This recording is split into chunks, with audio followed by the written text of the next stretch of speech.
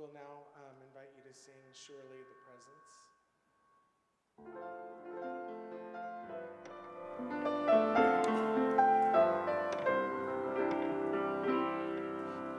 Surely the presence of the Lord is in this place.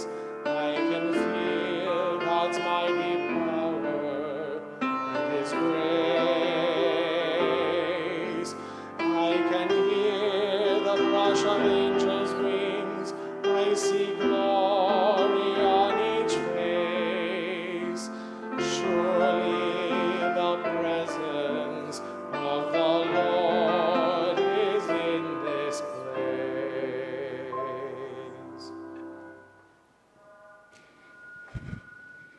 So let us turn within as we join hearts and minds, united in gratitude for the man we know as Phil Brown.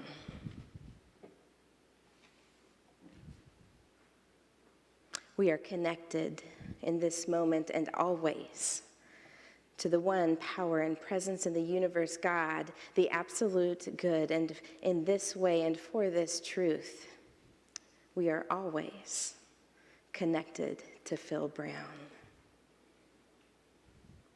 And so as we gather here this evening, we open to the fullness of gratitude, to the fullness of truth, to the fullness of God as expressed through each of us. For we are each a unique, unrepeatable expression of the one truth, the one activity, the one great intelligence in the universe.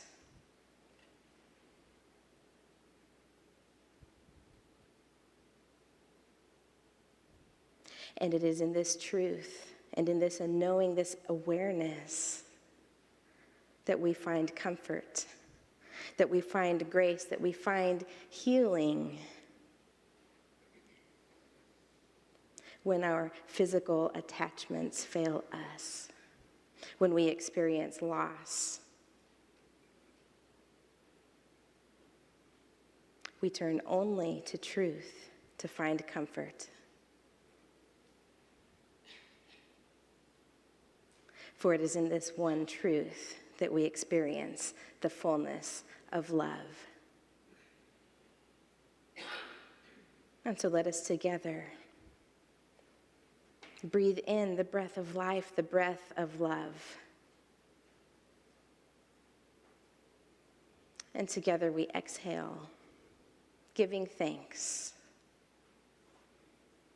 for the presence of God, the enduring, eternal presence of life.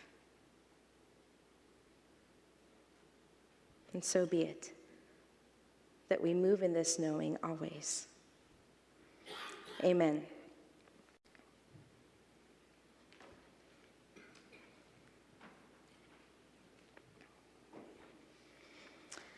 So, I had the great honor to spend some time with Phil over the last few weeks. Not enough time. What a dear heart, as all of you know. In those few hours, he did ask me to be sure and share a joke with you this evening. And I have to say, whoa, that is not fair. You know, at the time, it sounded like a good idea. You know, the beer was flowing, the wine was flowing, the laughter was flowing. And there was no question that we were in the presence of love together, that this man had united a group of people in such a way that even in the midst of impending loss, even in the midst of physical discomfort and pain, there was laughter. The beer and the wine were not for numbing anything. It was for bringing present to the moment celebration, love, the gift of life itself. So yeah, I'll tell a joke at your funeral, right? Okay, fast forward to yesterday and the day before, looking for a joke to tell. I went through the blonde jokes. I went through the St. Peter pearly gate jokes. I thought, well, I'm Mexican. I can get away with a Mexican joke. I don't know. Is this appropriate? What, he wants a joke. Tell me more. But then I remembered a joke that he spoke. Not a joke per se, and that one he made up, actually a true story. He said, I always say, the happiest people in the world are those who don't complain. And so he recalled an experience as a teacher in which he had a moment to himself eating a piece of chocolate.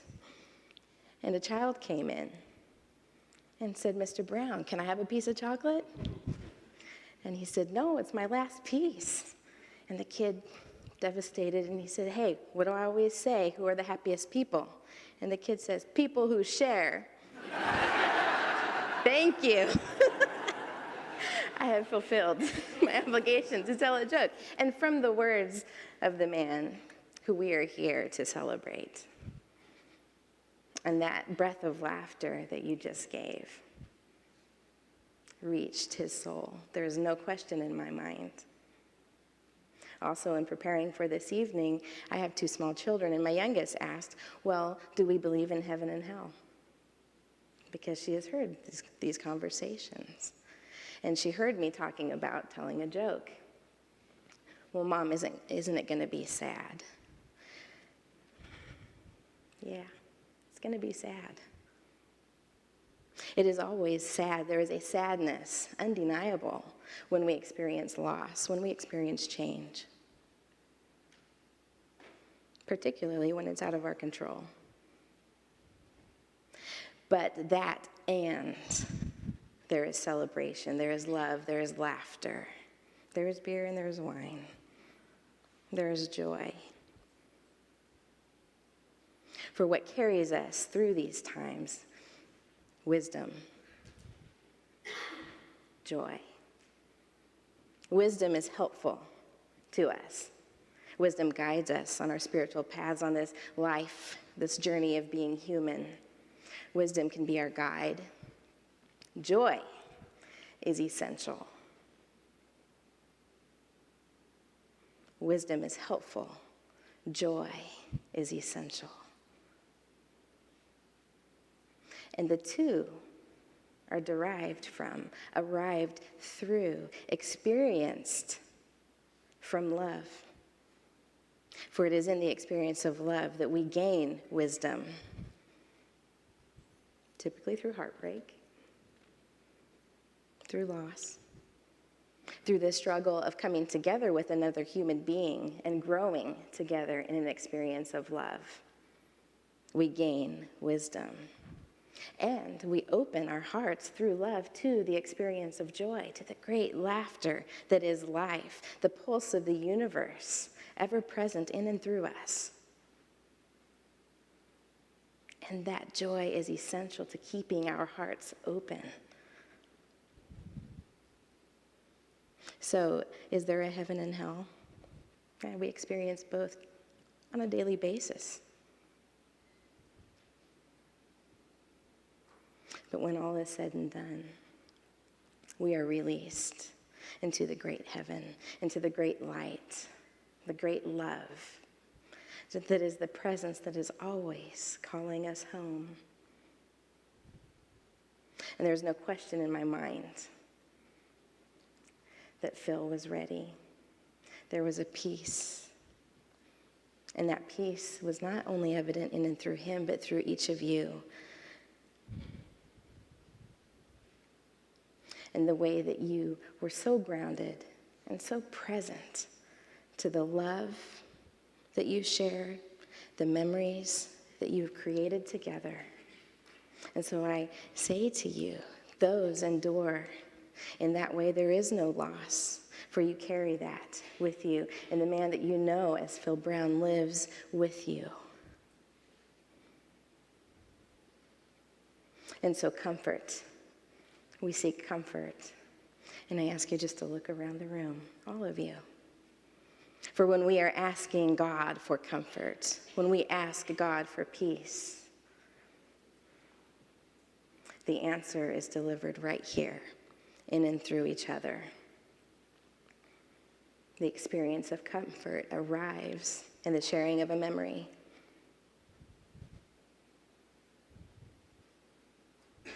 It arrives in the telling of a joke, the retelling of a story that has been told 1,000 times. Therein lives our comfort. Therein lives our joy.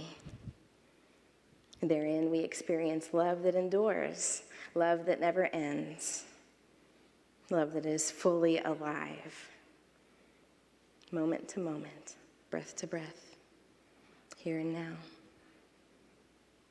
And so it is in the words of the great poet, philosopher, and dare I say theologian, John Lennon.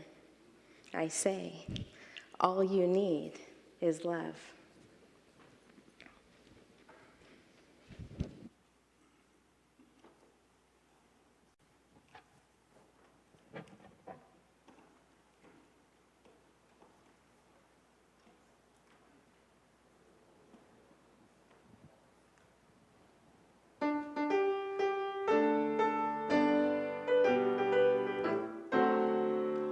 Love, love, love, love, love, love, love, love, love.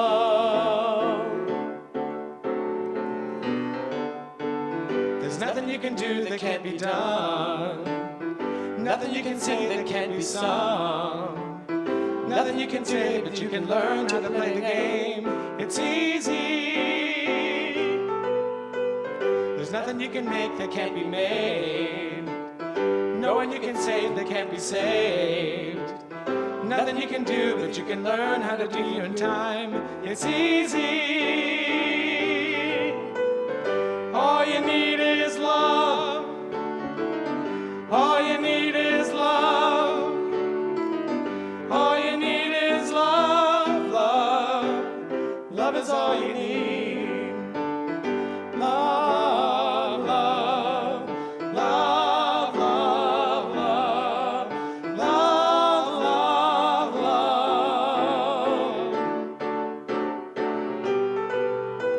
There's nothing you can know that isn't known. Nothing you can see that isn't shown. Nowhere you can be that isn't where you were meant to be. It's easy. All you need is love. All you need is love. All you need is love, love. Love is all you need. All you need is love. All you need is love. All you need is love, love. Love is all you need. Love is all you need. Love is all you need.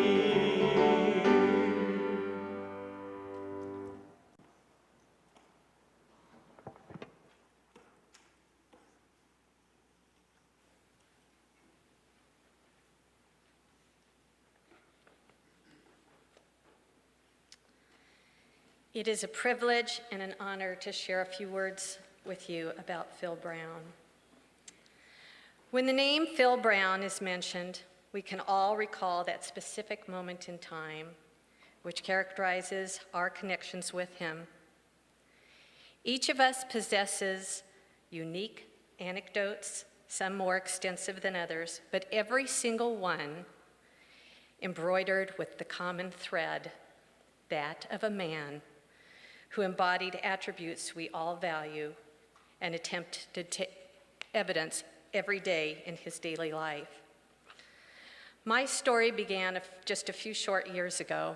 In August of 2012, Phil Brown, the director of Field Experiences, became my supervisor as I accepted a new role at Rockhurst University as a university mentor. I had recently retired from the Blue Valley School District, so I figured that this new opportunity would be a meaningful way for me to contribute. But as it turns out, I was about to meet and learn from an amazingly inspirational man, not just by what he said, but the way he lived his life. Phil Brown proffered some of the most significant lessons. Fortunately, I got to tell Phil about what a remarkable man he was, how from the very first moment that we met and all the times that we had interacted since, he motivated me.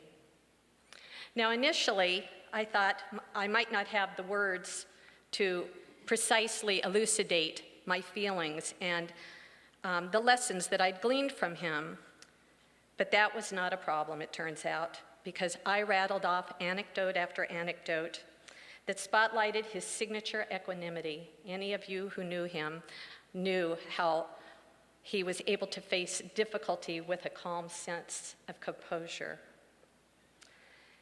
He also evidenced a unique and remarkable integrity as a man, as a human being.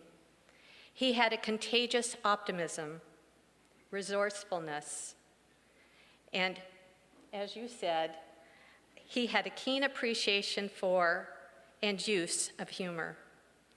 His genuine affection for every member of his family, oh yes, he delighted in sharing stories about all of you, to illustrate his own meaningful connection with them. And the unconditional respect he evidenced in his interpersonal connections with friends, students, student teachers, and colleagues. He was beloved by all. Everyone who had any interaction with him at all just fell in love with him. After we chatted for nearly an hour, I asked Phil to give me an assignment. He responded first by lighting up the dimly lit room with that gleaming, twinkling smile of his that came right through his eyes, and then softly uttering these words, "Make your fall semester the best one yet." I promised Phil that I would do that. When I think about Phil's legacy, this question comes to mind. How will we traverse the steep cliffs of emotional highs and the reciprocal valleys waiting for our descent? Fortunately, and perhaps by some master plan, we encounter a variety of people, some just for a brief moment in time, other connections taking root and burgeoning beyond our expectations. It is in these encounters that we discover more of who we are and where we are headed. Phil, like nobody I know, understood and modeled this notion, and that we awaken the possibilities that lie within each of us from the intersection of our relationships. Indeed, our stories of Phil remind us that every one of us holds a piece of this life puzzle needed to complete our own understanding of who we are and how we can effectuate our own purpose on this earth. How important, then, that like Phil Brown, we listen well, observe with our heart as well as our eyes, and graciously and generously share our observations, our ideas, our resources with all of those who walk into our lives. Phil Brown has left an enduring mark on all of us. There are no words more than that for me to share with you this evening, but he has really been a blessing in my life, and I'm sure all of yours. May you rest in peace.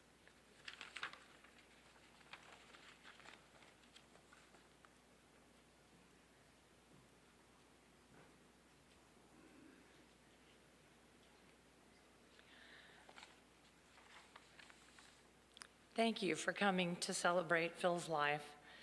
In his final days, he realized that it would be important for the many people who loved and cared for him to come together and comfort each other.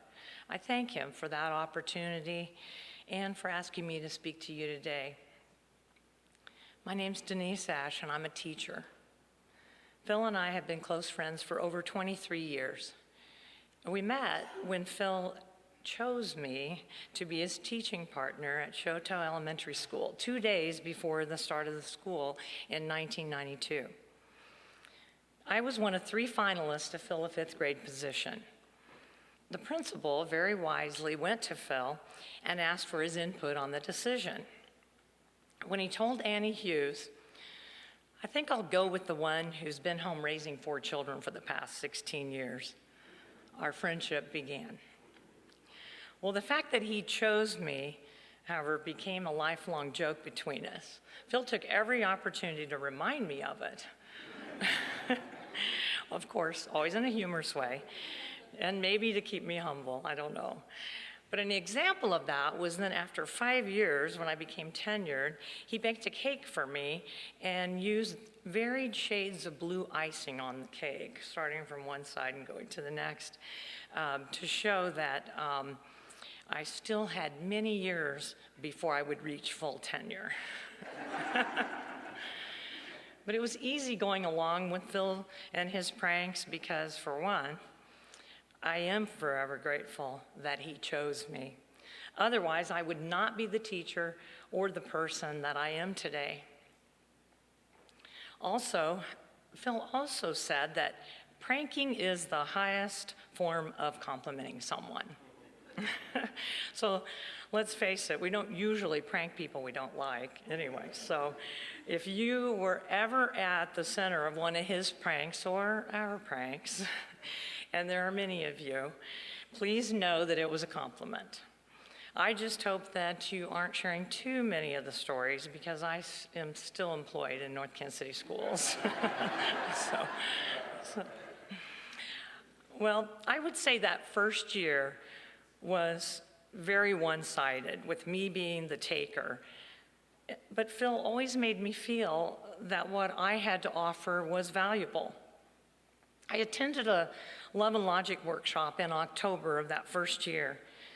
And Phil was so interested in the strategies that I brought back that we both signed up to take a week-long conference the following summer. Well, we enjoyed implementing those strategies together, and especially like practicing them on our own children and then sharing the stories with each other. Our favorite stories really were the ones that our own children turned around and used the Love and Logic on us, which I think that's still happening because as I heard, Wade was using a little Love and Logic on his dad just the other day. Well, it didn't take long for us to build a relationship of trust and respect. Maybe it was the fact that we did spend so many hours together. During those years at Shoto, I calculated that we spent nearly 25,000 hours together teaching 5th graders. Now, you might say it's a good thing that we did like each other. Well, teachers are leaders, and Phil was no exception. In fact, he was exceptional. Phil shared his passion for teaching and for every child's right to a quality public education. He acted on that passion through his involvement with the National Education Association at the local, state, and the national levels. Phil served in a variety of leadership positions over the years, including vice president. He served on the district's negotiating team. Phil's core belief and passion for advocating for the rights and interests of students and teachers was passed on to me. And like a good leader, he influenced and trained others to become involved, and he pretty much made sure I took over every position he had held and more. And I know that I would not have devoted the time and energy to NEA if Phil had not mentored me so well. And of course, he made it fun. We had lots of trips all over the country with NEA and had a lot of fun doing that. We spent countless hours discussing ways to solve the problems in public education. He taught me to look at things differently, consider the perspective of others, and use collaboration instead of confrontation when seeking a solution. Upon his retirement, he wrote to me and addressed the fact that I was always saying how much he had helped me through the years. But he turned it around and wrote to me, "I can't begin to tell you the help you've been to me. Your friendship, your professional and personal support, your ideas, your willingness to listen, your willingness to think outside the box, I could go on, have always meant so much to me. Now I want to give those words back to Phil and thank him for being the great teacher, mentor, professional leader, and amazing friend that he's always been to me. I will remember Phil for the many laughs and tears that we shared over the years. We helped each other through a variety of life's challenges and celebrations, as dear friends do. I will miss seeing him, laughing with him, sharing stories, and consulting him about important decisions. I'd like to end with a quote from the book, Living a Life That Matters by Harold S. Kushner. In his book, Rabbi Kushner addresses that human need for significance and assurance that we matter to the world, and that the most reliable way to matter is to love the people closest to us, our mates, our children, our families, and our closest friends.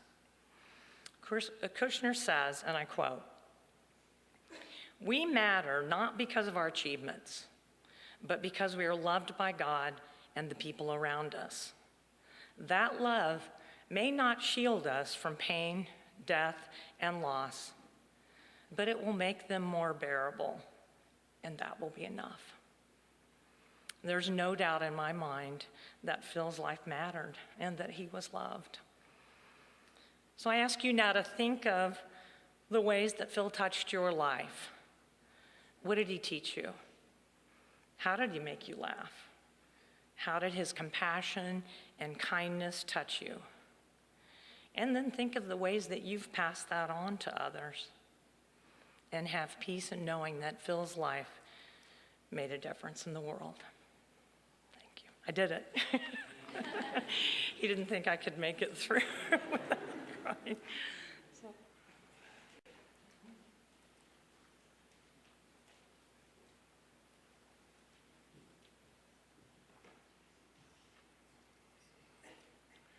Hello, everyone. My name is Mark.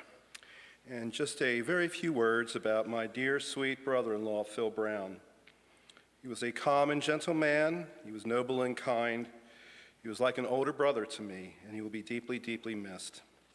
Now, my wife, Sue, Phil's sister, has asked me to read the following. Phil enjoyed the teachings of the world's spiritual traditions, and during their times together, Sue and Phil would often speak of matters of the soul and the mysteries of this life and beyond. As such, he deeply appreciated the spiritual legacy of Paramahansa Yogananda. Yogananda writes, "At death, you forget all the limitations of the physical body and realize how free you are. There comes a great realization.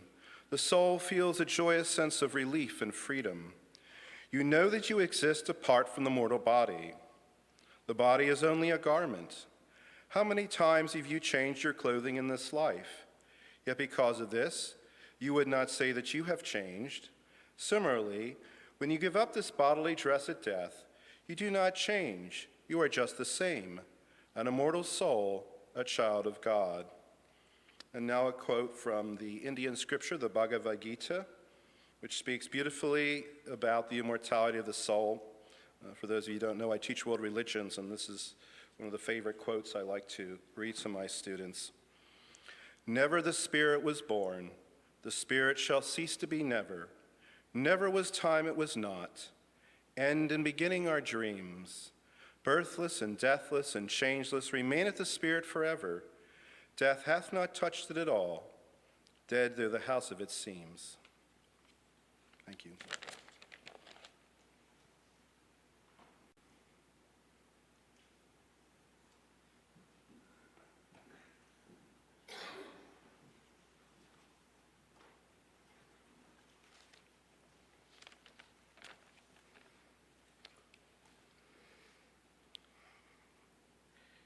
Thank you to everyone who is here today to celebrate my dad's life. I'm Wade, Phil's youngest son, and this is my older brother, Clay. As you all know, our dad fought a graceful battle over the last 9 months. Through this journey, there were many people who helped support him along the way. First and foremost, we want to thank Sean, his husband, for his steady hand and unconditional love. Next, we would like to thank my lovely wife, Sarah, for her guidance and knowledge, as well as always treating Dad like her own. And to our aunt, Sister Sue, for her good humor, loving ways, and spiritual guidance. Also to our Uncle Al for calling my dad daily. And to our mom, Mary Alice, for her emotional and practical support.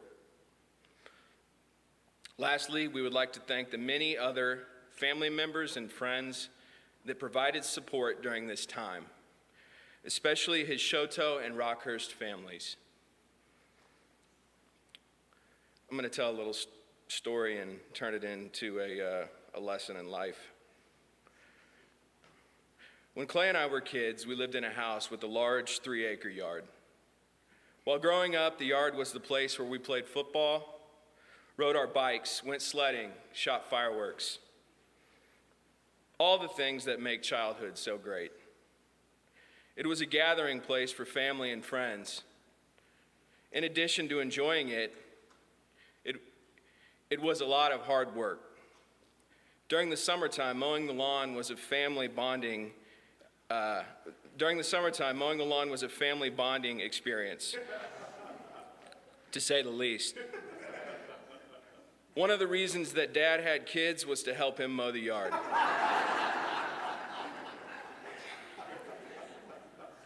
Thanks for that one.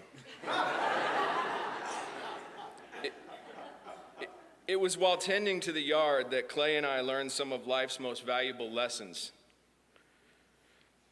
These valuable lessons and teachings included always work hard, don't take shortcuts, do it the right way, don't give up, and always work as a team. Hard work. The yard was expected to be completely mowed the same day, even if the thermostat hit 100. Don't take shortcuts. Never leave a corner unmowed. Do it the right way. Make sure all the grass is the same length. Don't give up. If the riding lawnmower breaks down, carry on with the push mower. Always work as a team. Dad with the weed whacker, Clay with the push mower, and luckily myself on the riding lawnmower.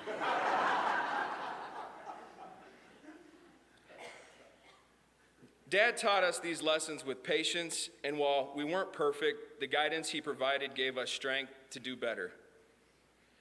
Dad took all of our shortcomings not as an opportunity to criticize, but as an opportunity to teach us how to be better people. I want to share a few thoughts from the heart about my dad. While we live in a world that seemingly expects us to fit a certain mold, my father broke the mold.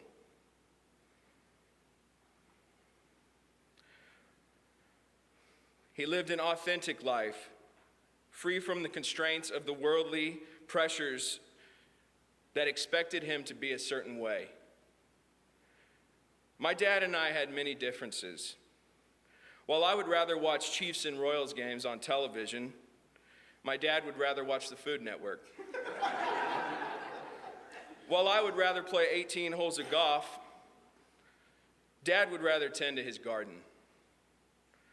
While I would prefer to drink beer, Dad would prefer to drink Cosmos. To the rest of the world, we may seem like very different people, but in our hearts, we are the same. We both recognize our purpose in life is more than these things. His purpose was driven by an understanding of the spiritual world, and this was reflected in the way he lived his life on earth. He was an enduring optimist who always believed life's challenges could be overcome through positive thinking. This attitude towards life was infectious to the people around him. when people around him would be disgruntled, he could merely ease their mind by reminding them, it's all going to be okay. It's going to be okay. And a quote that sums up how I feel about my father is a famous quote by FDR. It says, "Speak softly and carry a big stick. You will go far." Dad, you have gone far, and I'll always love you.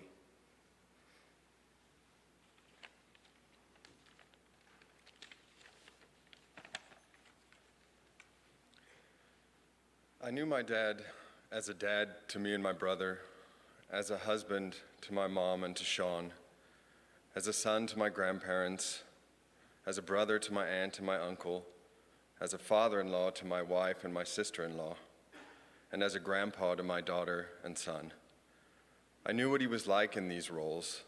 He was quiet, strong, kind, and in many ways, the rock that we could always lean on. The magnet that pulled us together, and the glue that held us there. When any of us needed advice, he was the one we would turn to, knowing that he would point us in the right direction, but also knowing that he would let us be us, let us make our own decisions and our own mistakes, but always supporting us in the path that we chose to take. In many ways, he was the center of our family, the one we would congregate around. He was splendid in these roles, and we will feel his absence. We'll miss his guidance. We'll remember his kindness and cherish the memories of the time we spent with him. I also knew he was a teacher, but I realized this week that I didn't really know what that meant. As a kid, I just thought it was a job that he did, somewhere where he spent his time when he wasn't with us.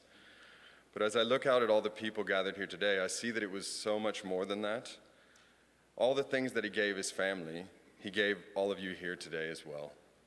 He gave us all so much. My wife, Jo, wrote him a letter before he passed because she knew she wouldn't have a chance to see him again. And it captures how I feel, and I guess how many of you feel too. I wish I could hold your hands once more, to look into your beautiful eyes that have miraculously been passed on to your granddaughter Ella, to enjoy your endless kindness that fills every room you enter just one last time.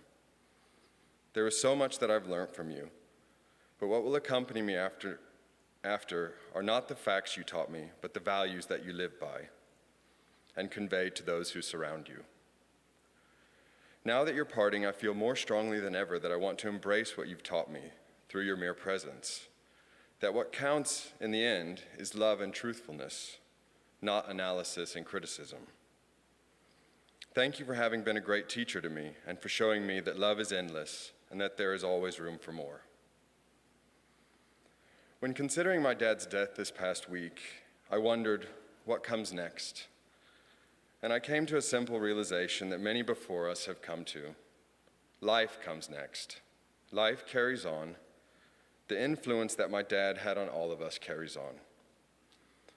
I want to read something from a gentleman called Henry Scott Holland, whose beautiful words express my thoughts. Death is nothing at all. It does not count. I've only slipped away into the next room.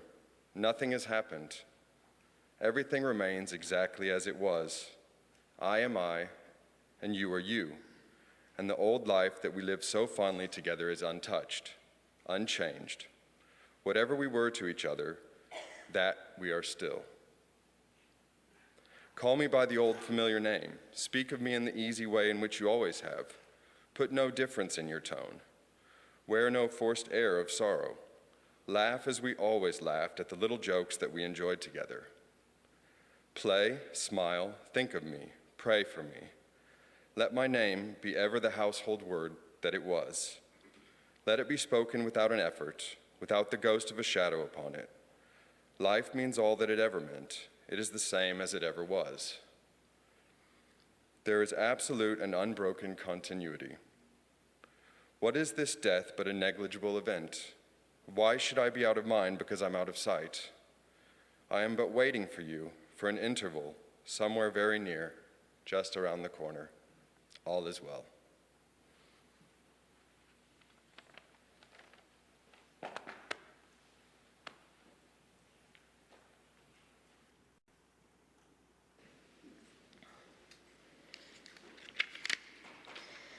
Thank you all for your beautiful, heartfelt words.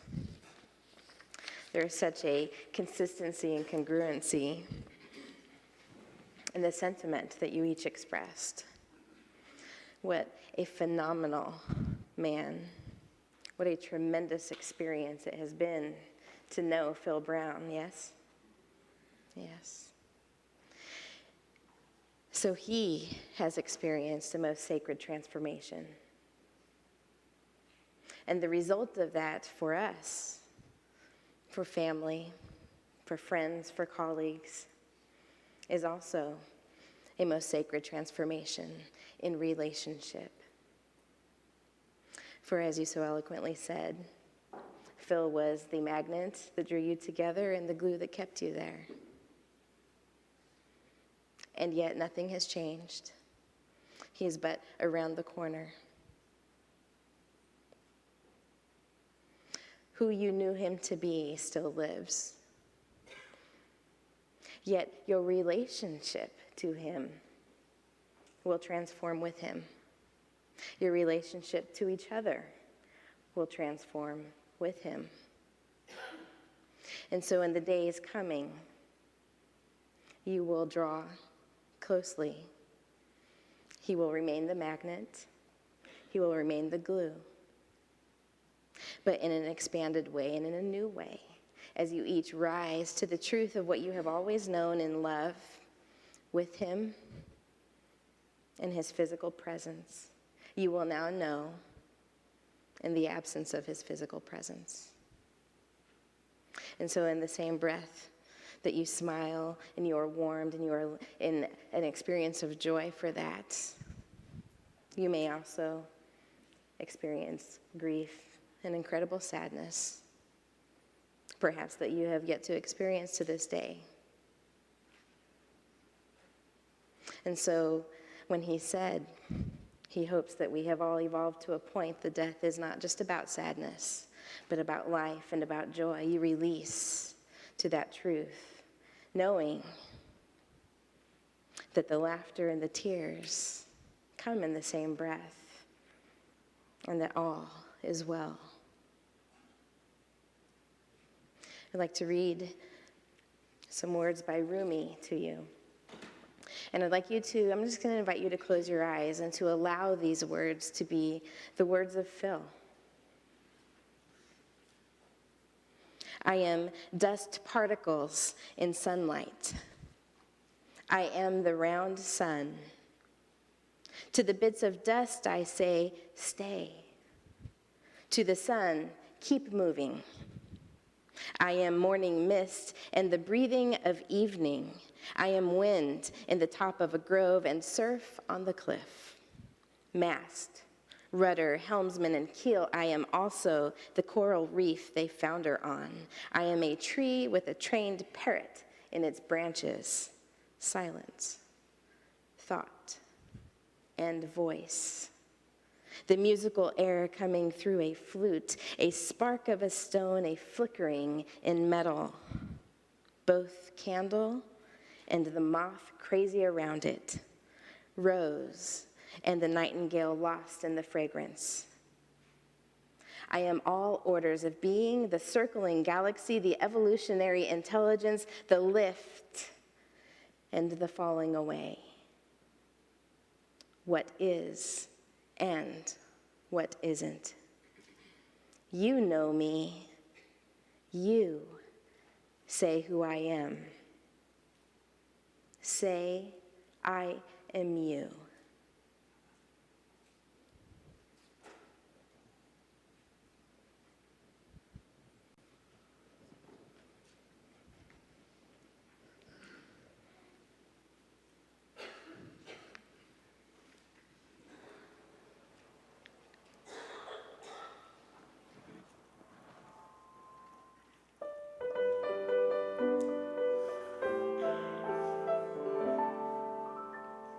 So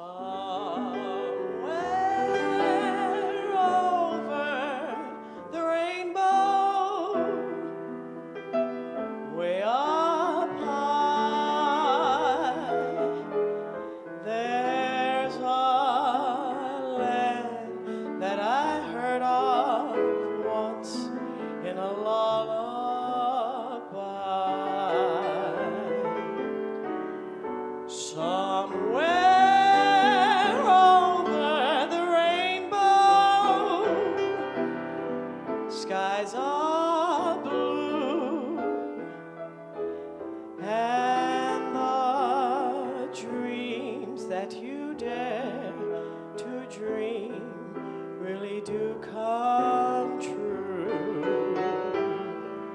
Someday I'll wish upon a star and wake up where the clouds are far behind me, where troubles melt like lemon drops away above the chimney tops. That's where you'll find me, somewhere over the rainbow. Bluebirds fly, birds fly over the rainbow. Why then, oh why can't I? If happy little bluebirds fly beyond the rainbow, why, oh why can't I?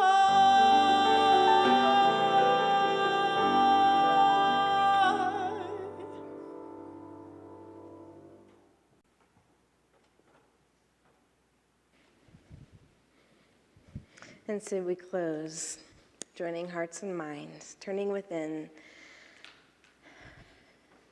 to the place beyond the rainbow, the place of all wisdom, the place of all joy, the place to which we release Phil Brown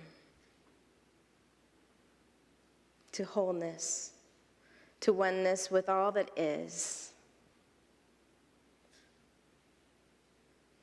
We know that our relationship with him lives on. Though it has transformed, it remains but one link in the eternal chain of our relationship with him. For we are all on a great journey together, and we ebb and flow in relationship and out of relationship in a most physical way here in the earthly realm. But in spirit, we are always near one another. We are but a breath away from all truth, from all knowing.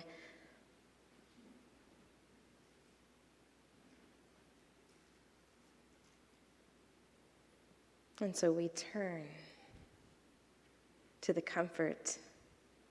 We turn to the grace that we experience in and through this truth.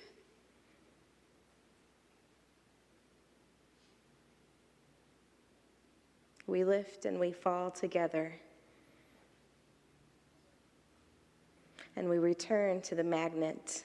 We return to the glue that is Phil Brown. For we are better for having known him.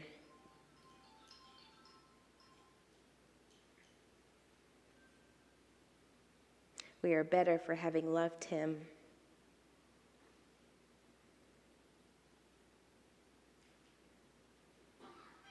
And our connections with one another are stronger for having been in his midst. And so we give thanks collectively for the one unique and repeatable expression of pure divine love that we have called Phil Brown, that we have known to be Phil Brown. We say, thank you, God. We say, thank you, thank you, thank you, God,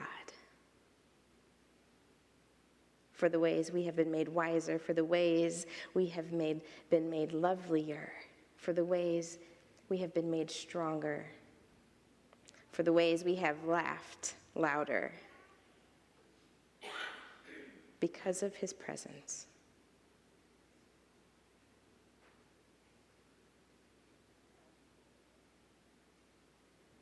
And so be it that we go forward in wisdom, that we go forward in joy, and we experience love more wisely, more joyfully, knowing that in truth, all we need is love. Amen. And so we'll close today singing the Unity Peace song, Let There Be Peace on Earth. And I invite you to stand now and join hands with your neighbor, even across the aisles.